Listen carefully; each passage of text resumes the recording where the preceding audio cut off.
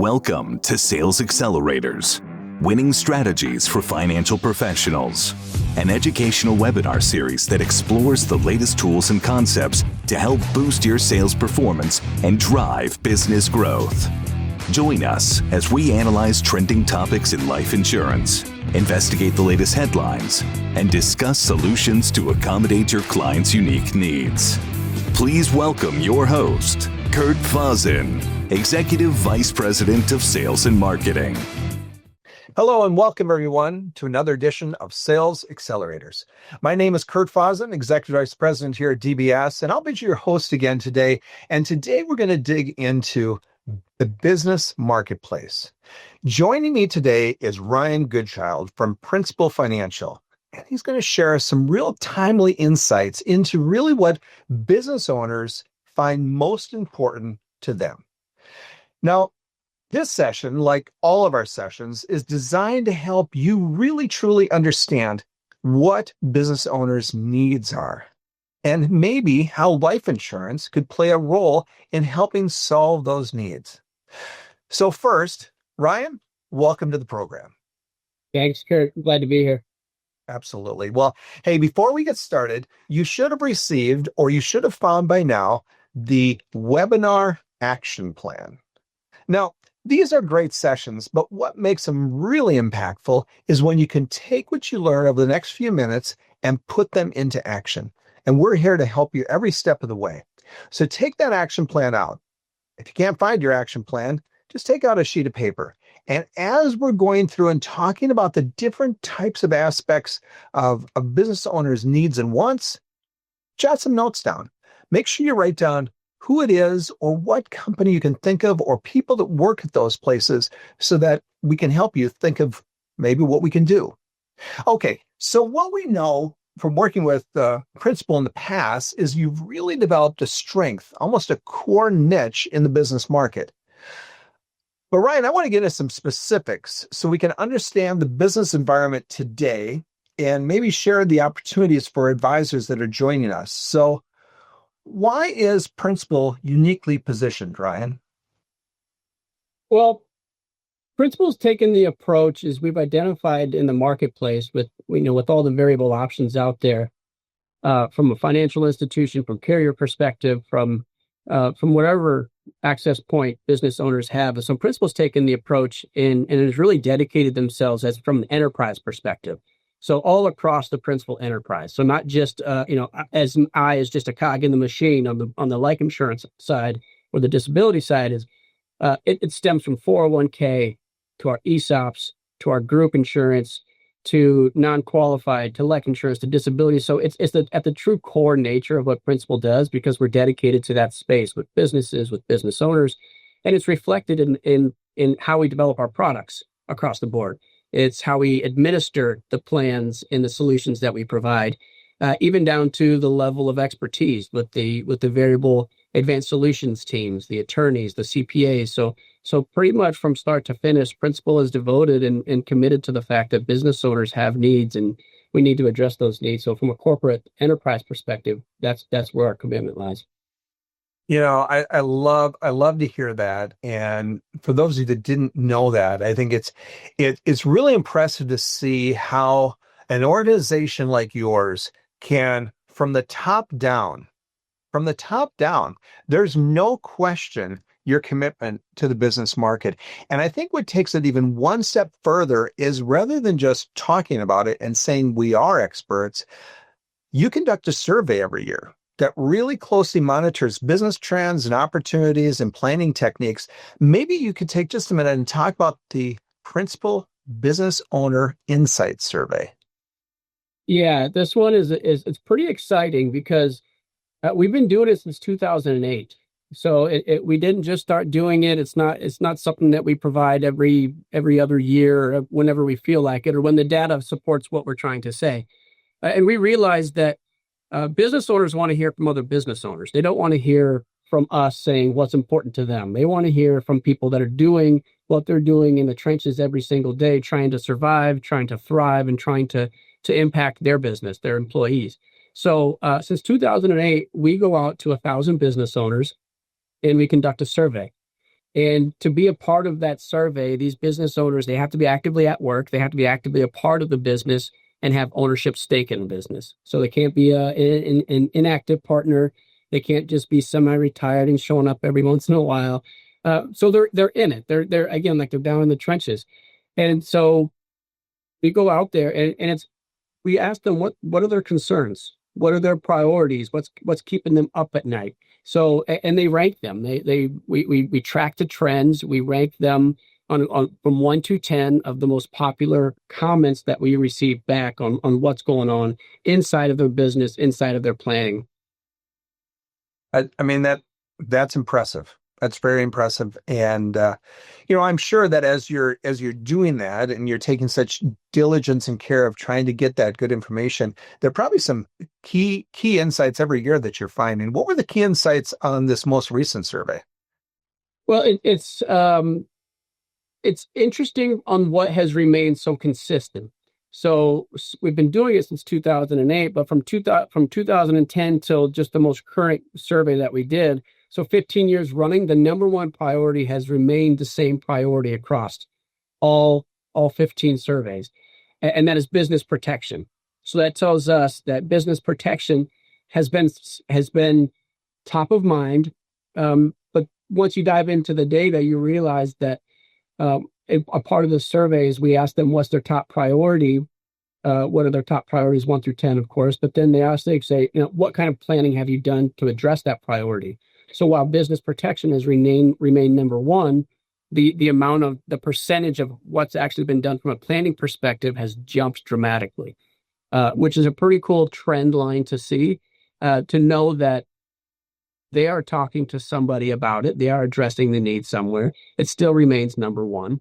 And then a really interesting one that's come up recently is from 2024 to 2025, so the last 2 years, employee benefits, and specifically key employee benefits, has risen all the way up to number 3. So wow. If you've seen the trend lines, traditionally it's 7 or 8, so it's kind of remained kind of hovering at that bottom line. But as of the last 2 years, we've seen an increase of actually trying to address the benefits being provided to their employees, and how much that is a top concern now. That's great.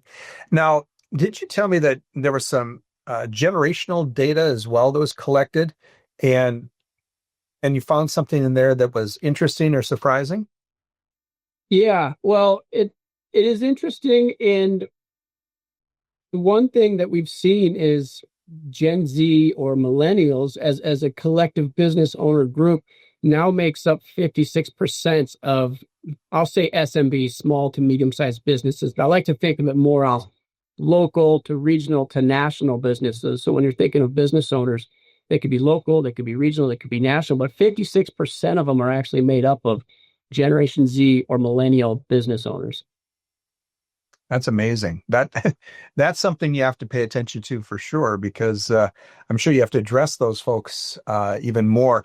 Now, at DBS, we have a rich history of focusing on the women's market, and we found that there are a number of female business owners and a real need truly to serve this market. Did you see any insights in your report about female business owners? It's a massive component of the business owner makeup, right? So, like I said, with 56% of them being Gen Z or millennial, 46% of the business owners are women owned or have some women ownership stake into the company. Even more important is when we talk about that number 3 priority of benefits being provided to the employees, 74% of the time, women make up the key decision makers in benefits provided to their employees by their company. So it's a massive part of it. And they do trend of those owners that are women. They do trend to be in that millennial Gen Z classification. So it's kind of a dual purpose thing that we're looking at. And so much like the Gen Z or the millennial group, the women ownership component is they're generally in a new business setting or they're in a growth setting. So they're either trying to establish marketplace, They're trying to get it off the ground. They're trying to take market share. They're trying to get it up and running. Or they're in a growth component where lines of credit, they've got loans out. They're trying to expand. They're trying, they've established themselves in the marketplace, but now they're trying to take more of the share. They're trying to expand. So the concerns across the board, regardless of where they lie, either they're a newer business trying to be established or they're in a growth phase, is there's concerns there. There's risk that's inherently involved with both of those aspects that we're trying to help them address. Yeah, I think that's very, very insightful and very important, for sure. Now, let's move away from the markets just for a second, and I want to talk about, a few minutes ago, you talked about the number one priority. The number one priority is business protection. Business protection. That's a pretty broad statement. Maybe you could talk about that just a bit more. Yeah, and so what we're inherently trying to do, it's risk management at its finest, right? So while we're helping the business owners have these conversations, is there is that risk to the company itself, either of a loss of an owner or a loss of an employee, and specifically a key employee.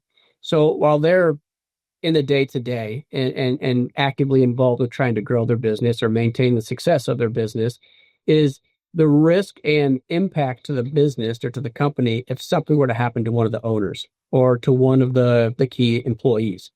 And so when we say business protection, that's what we're saying. It is key person coverage at its finest. And you think about that company that is looking to expand. Maybe they've recently purchased new equipment or a new building because they couldn't house as many of the employees that they need to hire to continue on their growth pattern.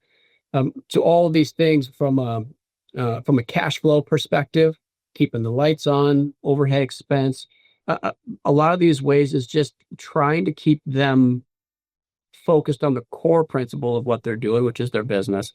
And it's really something that they can't self-insure for. And that's where we like to come in and actually help them address that. That's great. That's great. And thank you. That's very helpful. Now, you mentioned key employee benefits are the number 3 priority. Maybe we should dig into that a little bit deeper. What do they mean by key employee benefits? So it's every company now. The table stakes have kind of established themselves as there's foundational coverages. There's, you have your general group insurance, you have maybe a 401k or some sort of qualified plan, but this goes above and beyond that. We're ensuring the fact that the productivity and the happiness and the wellness of the employees remains at the company that they're currently employed at. So we're helping them stack on additional offerings to a core group of employees to make them content in where they're at. Because we know that the grass is greener where we water it. And we want to make sure that we don't want any of employees that we work with from a business perspective to start looking outside. Because one really, and I'll throw this in there, is one thing that's kind of become a new thing in our survey is the mental health and wellness of the employees themselves. And really, when we dove into it, what it was is when an employee left, the amount of workload and stress that it put on the remaining employees, because it took on average 42 days to find and hire somebody. And then 6 to 8 months in addition to that to get that person up and operational to replace the person that left. But the additional stress and headache that it put on the employees that stayed caused them to look elsewhere, because it kind of was a domino effect of employees leaving. And so if we can make sure that the grass is green where we water it before they start looking for those employees, and we start stacking on additional coverages, whether that be additional life insurance from their group plan or additional disability from their group plan, or more importantly, additional retirement benefits, a bonus plan or a recognition plan for those employees to continue their happiness and their well-being inside the company that they're at. I love that. Grass is greener where you water it. I'll definitely be using that in the future. And but it's true, right? It can become a vicious circle. One person leaves, people get frustrated, and all of a sudden employers have a real problem on their hands.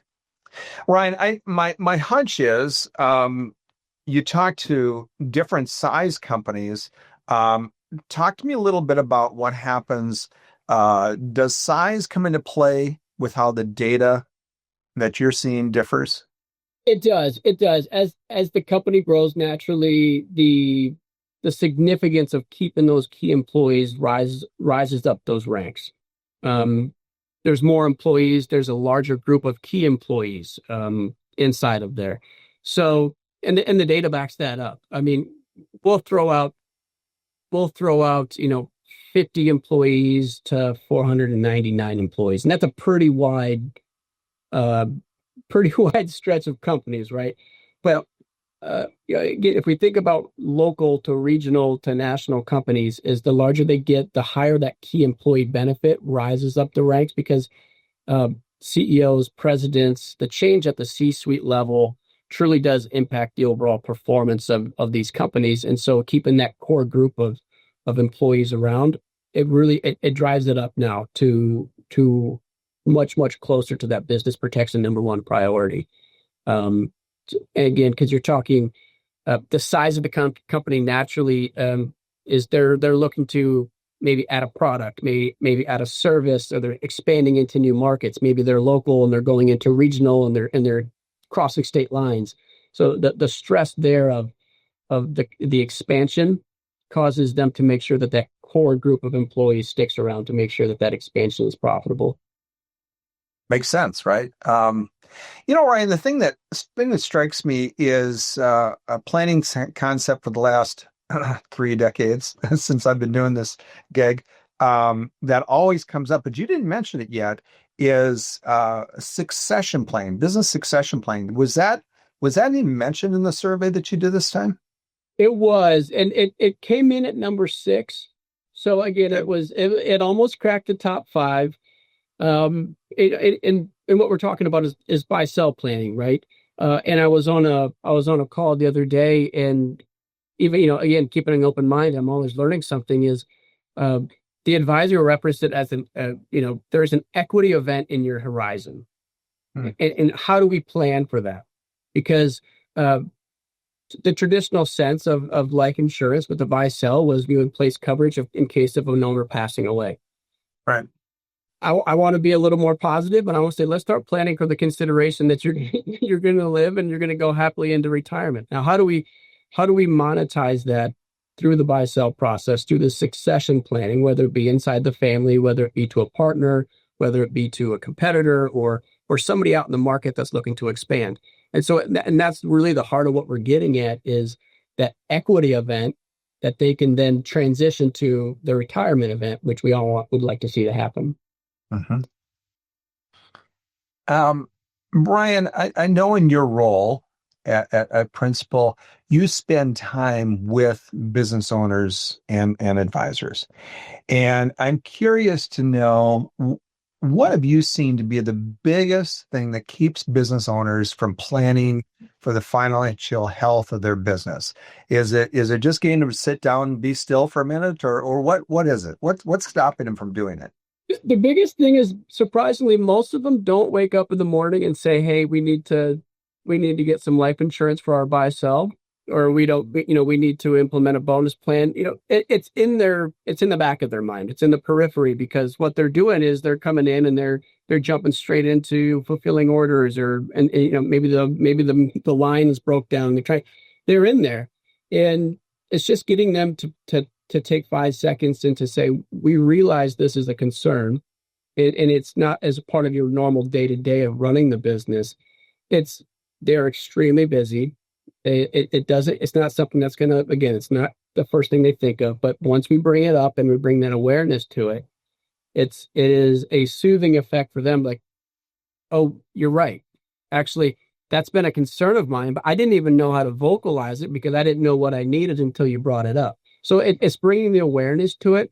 But again, all of that is important, but really at the same time, we have to be cognizant of the fact that capital, the amount of money that they're going to need to put in to implement some of these plans, is a subject that we have to bring up. They have to be in a position that the capital needs to be in a suitable place. and maybe they're not there today, but there are plans that we can implement that are going to be less capital intensive for them that gets them on the path. And we like to think of it as it's not just one sale, it's not just one conversation or concept. This is a lifelong partnership. It's going to be a lifelong partnership with DBS. It's going to be a lifelong partnership with Principal as we address what, if we have a top 10 list of priorities that they address is, let's talk about number one. Let's talk, and next year we talk about number two. And then 5 years from now, maybe we hit on 3 and 4. It's being there from a long-term partnership perspective, and we'll take the long game approach to it. I love it. I'm going to give you just a moment to catch your breath, and I'm just going to mention to the audience, if you have not yet worked at DBS and Principal on a business case, I encourage you to give it a try. And I can speak from personal experience. I've worked on cases where they have sat down and done a complimentary review of the buy-sell agreement for several businesses, for folks that I know own small to medium-sized businesses. It is unbelievable what they'll do. Business valuations can't be used for selling the business, but it sure helps when you're trying to get a grasp on the business. Their expertise, we only scratch the surface. Their expertise is so deep. I encourage you to reach out to DBS and have us work with you. We'll work with our very own Terry Getman, who leads our advanced sales department. She has a deep knowledge in business planning and has a passion for business planning, as well as our underwriting team led by Tiffany Gross. Tremendous background in working with business owners. So I encourage you to give it a try. This is many times a market that people avoid because you don't know how to start the conversation. And I'd encourage you to not avoid it. Now is the time to be working with business owners. Business owners more than ever need you. They need you. And we are here to help support you to make sure you're bringing the right solutions at the right time for your business owner clients. Ryan, thanks for being here today. Any final words for our audience? Thank you for letting me join and be a part of this. And I would just part with what a tremendous resource and group that DBS and partner is with Principal. DBS is bar none best in the business, the resources, the wealth of knowledge, the partnership that you all offer to the industry, to the world, to the business owners is the best, right? So I would just encourage everybody, if you have a business owner, it's a critical part of the planning that we have these discussions with them. And you have no better partner than Kurt or Terry or Tiffany inside of DBS to go out and start having those conversations. Ryan, thank you. Thanks for joining us today. It was great to have you with us. And thank you to every single one of you out there that took time out of your busy day to join us for another Sales Accelerators. We hope the information you found today was helpful and meaningful, and that you wrote down a few ideas of people and businesses that might benefit from it. Let us know how we can help. So until next time, be well, stay safe. We'll see you again real soon. Take care, everybody.